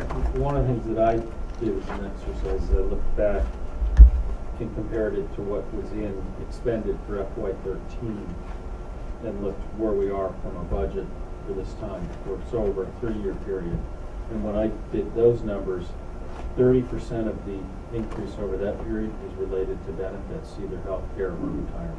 And that really kind of hit home to me that this part of the budget is still one that is crowding out other parts of the budget. I'm sure So- that's It's almost as- even with the town. So It was Dana, almost as much as, on a dollar basis, as what was attributed to increase in absolute dollars spent on teaching. Whether the teaching is an increase in rates or number of teachers, I wasn't sure, but just, it was that level of magnitude. so Dana, do you and Michael have a presentation for next week? So in the past, we Right. would have had We some. were just talking about Pie that. chart or Suggesting we have a No, presentation. no, actually, Steve and I were talking about that today. Is that starting, what we were thinking about doing is starting to work with what would be presented at the open warrant meetings and using Right, that as the right. basis Well, to start the yeah. discussion So in the for past, next we did, Wednesday. we did the 11th, and then we just weeded out. Probably there was be more information on the 11th, and then you just handpick Right, the 6 slides for the hearing. right. And if you don't have the old versions, I can send them to you. That might save some time Yeah. to Do you recreate have the those? wheel. But I was thinking No, what but you that- said, Michael, you is sent me great the warrant information. for That the- would be a great Do you have one for slide. the open, no, the working meeting? with- Assuming that approach is something that people are If they were sent to me, I have. comfortable. Yeah, if you have I'll sent go. them I'll to go me. back and look. Yeah. Perfect, yes. I think, Brooke, you might have been asking about a pie chart related to the increases Yes. specifically. Yes. Yeah. I don't think we have that. No, we No, don't. we don't. No, but we No, can we have make the it. absolute pie chart, but the question is the change pie chart. Yeah, we can do that. On the, Yeah. on the transportation, the way the bid was structured, there's no back ending of the bid. Meaning that the annual, I know you put some details in there, but I was at a car shop at the time, I wasn't very compliant. No, but the region obviously is picking up the cost. The region's going up about 6%. And it's primarily because of the 2 buses that used to be shared by the other 2 locals. So the savings accruing to the town is really being borne by the region. But Because we still need The same number of But buses. during 19, we're going up. so during years 1, 2, or 3, it's not like year 2 or 3, No. they have larger estimates. No, They if don't anything, buy- I think it's the They didn't, opposite. okay. Because of the fuel surcharge, there's no reason to pop it like that. Well, it's going away, right? No. I mean, would we not had any positive effect on surcharge for at least this year, at this point? Oh, yes, but Okay. but we can't, we still have to budget fuel. No, surcharge. yeah. Okay. So that Lanny and Brooks too are aware that, so the elementary schools, for the purpose of this, we're going down, dropping a bus in each elementary school. And, we know we can, drop a bus at each elementary school. So we still need 19. We're gonna be running 17 buses for the elementary schools, and we're running 19 still to regional. For the life of this, contract, at least the first 3 years of this contract. So the next step, and that I have a question about, is our public hearing and certification as it relates to our March meeting date. March 3rd. So that's March 3rd. So we would do our public hearing, and I'm sort of just saying this out loud for new members. Public hearing at the March meeting, which is just a brief overview of the budget. And I don't know when we want to certify the budget. That's our high water mark. I would Correct, do it Chris? that same night, right? At the March. Because most of the Right. knowns will be, the only unknown at that point will be state aid. Yeah, but it's never known. Right, sometimes we do it later in the month. It just depends on The distinction. things that are up in the air. The distinction between next week and the public hearing is what? There'll be a lot of people next week. Right. You are so right, Richard. No, I'm just curious. Chris, it's so many days you have to announce it, or I the will public have hearing? to have a public hearing. Right. Within a certain But time. isn't every meeting we have a public hearing? No, you have to, there's the legal Post it as a requirements, and you have to public post it as a Posted public as hearing. Yeah. So we have to Public pay, we have to hearing, buy not public meeting. some newspaper Right. ads, People Got could it. come and, anyone. just like at our church, they have to Right. announce 2 weeks ahead. Yes, of Any other- yes. all congregational meetings. Mhm. Perfect, so we have the 11th next week, which will be all hands, then we have the 3rd, which will be our public Hearing and our certification. Anything else on budget, any other questions? Brooks or Lanny, any other questions? So, I mean, the healthcare number you're saying you think is gonna be within the original budget? Right. Well, within our original budget. I don't know about the town. No. Your budget. We don't foresee any changes to this change sheet based on the rate setting meeting Right. that will happen on the 12th. Correct. And I think I did speak with Mary and James this week, so to my knowledge, they don't have any more questions than what we've already raised, so, and I think we've gotten most of, or all of the current questions. But if you think of anything more by the 11th, please let us know. All right, anything else? Okay. Excellent. Thank you guys. Wow. All right, so consent agenda, we have one thing on there. Yeah, John, Rick, Scott, Thank you. Karen, thank Take you. a cookie for the road. There are cookies over here, otherwise Michael needs to take all of them home. Yeah, no, the whole country. Feed everybody else. Okay, consent agenda, one thing, regional school committee meeting minutes of January 6th. So moved. Second. All those in favor? Right. Aye, okay. Note for your review, there's Sherborn School Committee meeting minutes, Dover School Committee meeting minutes. And the Calendar. last item, a draft of the calendar for the school This was academic in, school right? year of 15-16. You will note, and I'm probably stealing Steve's thunder, Oh, that there's no thunder. school opening is determined by Labor Day. which is late By contract. and therefore by contract, because in the contract it specifies that we cannot, the teachers cannot, the educators cannot start the Monday before Labor Day. Is that the Any wording? teachers cannot be asked to report to work any earlier than the Monday preceding Labor Day. Right, which would be Monday, August 31st in this case. Which means that if we have snow next week, we're not getting out till July. Yeah, so hope Which for is no forbidden snow. because we can't go beyond June 5th. Right, well, even with 5 snow days, where it's Monday, June 27th, so boy, we want to avoid that last week, you're right. Yeah. We get rid of it. Just have to throw it out there. They're definitely people that would like to Get rid of all religious combine holidays. February There's lots and of things you April could and do. have 1 or 2 Yes, weeks in March, March, which that would be. Rhode Island has just done that. Did they really? And Oh, other yeah, they're a districts mild have state it. for it. Yeah, I'm just All right. saying, other people do it. So Right. does any other comments on There's that? no real Well, wiggle. just as long as This- that's Nice not what Oregon, what I'm Cheryl not does. accepting. Yes. These are- Taking it back off that topic. I'm gonna put you guys back. Yes, No, I'm There's not no getting off wiggle that one. room really in the There's no calendar. wiggle room. I'm not a One thing, fan of Yes. Kapoor is this color. with the Unity. I'm sorry, what? Kapoor is with the Unity young people. Yeah. Oh, yeah, it's not like kippers. It's a fish. Yep. Thank you. See, it wasn't on this year's calendar because it was on a Saturday, therefore it was not Right. Make it up. to be copied, so it's not as if we all looked at it for a whole year. And Excel doesn't have spell check. So I think going forward, so this, we're going to approve this at the.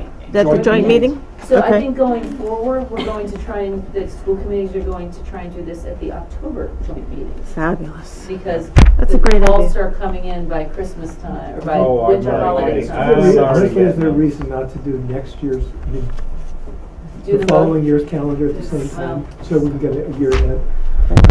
I don't know if there's any surprises. October But is pretty maybe good. someday we'll actually change it, okay? Maybe someday. Maybe someday we'll move to that March Maybe someday, vacation. when I'm on the Maybe contract negotiate. committee, which I would do just to get rid of this. I don't think it would get it. Okay, I write that down. It wouldn't get it for you though, Any Carolyn. other items for either the joint meeting, No, or the March region? Looks like it's early Easter. because of their own kids. So in, March, Yeah. March meeting has what on it already? Oh, yeah. So the joint meeting, just so you know, as we'll ratify the transportation contract, we The are going calendar, to grants. talk about the business manager, and there's some follow-up to the task force, and since we'll all 3 committees be together, that makes the most logical efficiency sense to talk about it together. Are you on the joint agenda? Yes. Yeah. Anything else for the There may joint be some policy, Is policy? Oh, is this if we don't have many more snow days. What is it? The, Policy. Well, I guess actually, I have 2 questions. What is the plan on the, start time in terms of, is there a proposed point at which you're expecting us to vote? It would, I mean, I really hoped it would be February, and I can't. You know, I need to make sure we go through the process of vetting this and really exploring this with people and faculty meetings and parent meetings. But, if there's a proposal forthcoming, you feel like it could be for next year. But you do have a meeting on April the 13th. Yeah. So I think realistically, we're in that window at this point. But I'm really aiming to have that executive summary. It's a fairly comprehensive document that brings up, because I'm a little bit concerned that the public at this point has been a little bit disconnected from this topic now for a while. Well, we've been doing a lot of legwork. That's why I asked one of the members, Janelle Padelka, to see if we can work on another press release. And is somebody, is the executive summary, and I don't know if this would be the committee's recommendation or your recommendation or some combination, but is there gonna be a recommendation in addition to just a presentation of facts? I believe there will be.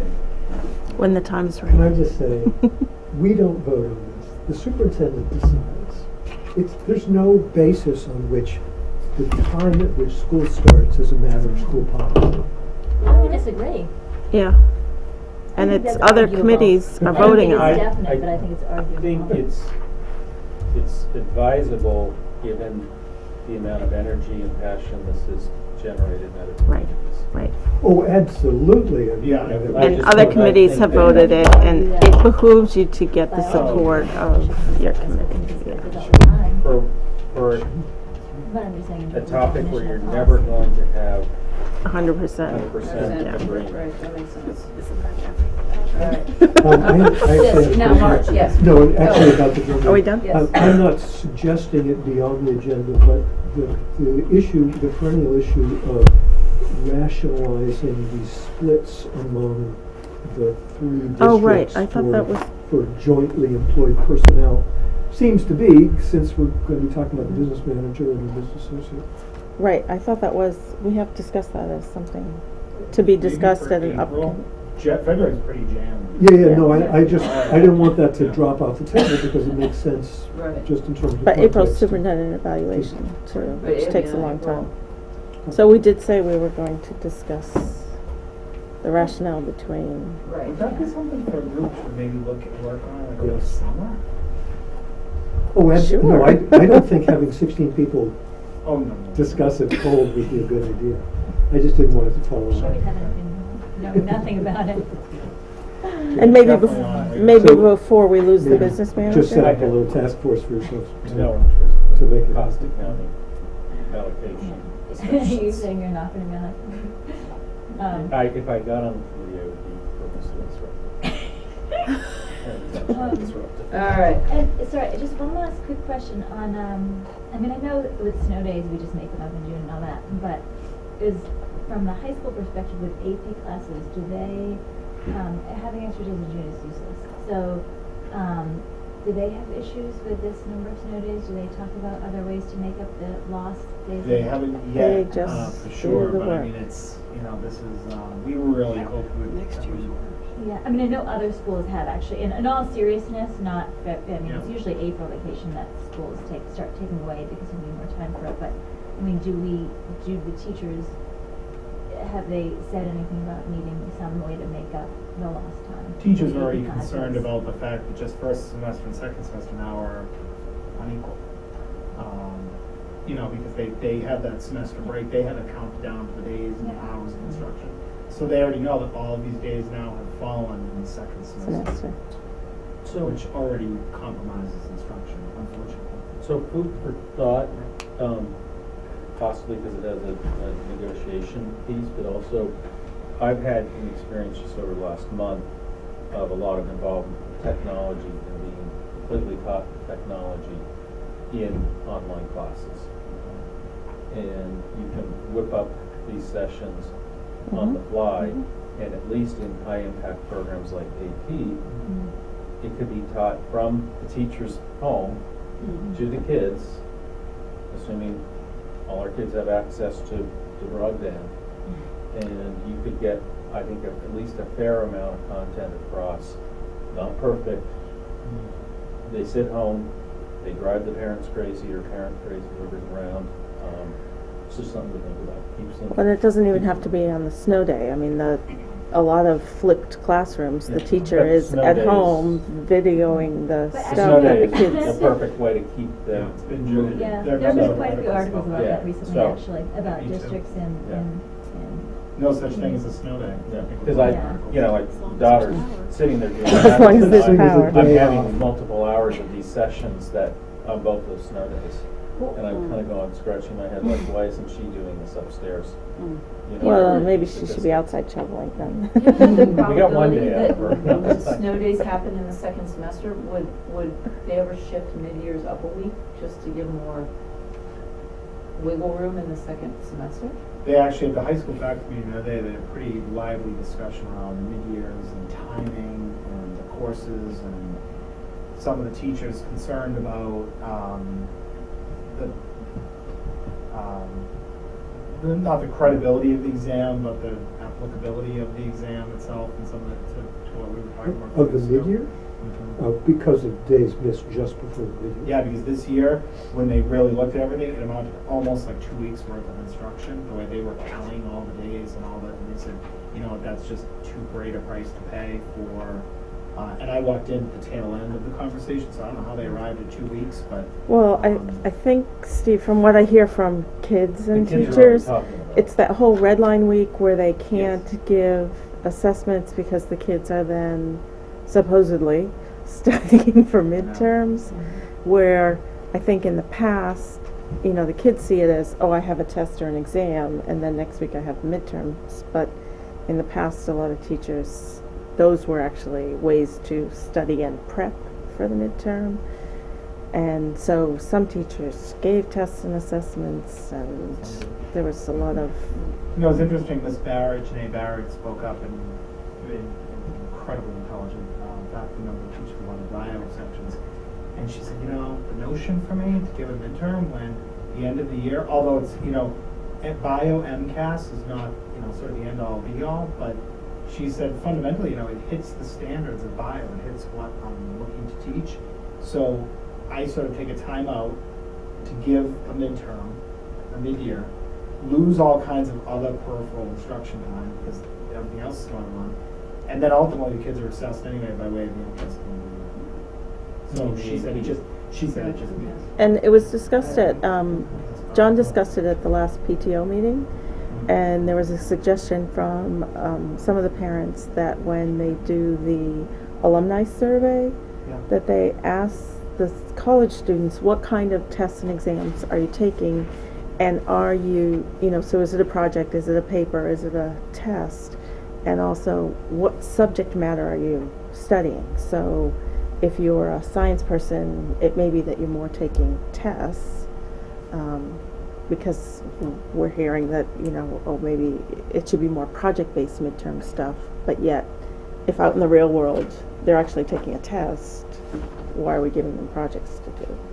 So to tie whatever we do to real-world readiness. I studied out at Harvard undergrad, and it was, you know, how many professors give, you know, a paper pencil. Yeah, I think somebody talked about that. And it was staggering. John thought the statistic the other day, but it was, you know, 40% of professors or something are moving away from that kind of assessment. But that's why we, a couple of parents said, ask what they're studying, because Right, it it's not may the be, engineers. right, the math and the Yeah. engineers are still doing the tests, but the social sciences are doing other things. But that was what I recollect. Eddie, Back in the I want day. That's not to March. actually get in under 2 hours, so All right. anything else from March? I'm sorry, and what is on the agenda for Yes, that's what I mean, is there any? besides the budget Oh, hearing? We haven't begun. I haven't even started, Oh, but okay. if anybody has anything, let me know. Oh, wait, so Okay. that's possible. All right. Thank you. Motion to adjourn? So moved. Adjourn. All right. So what was that? Woo-hoo.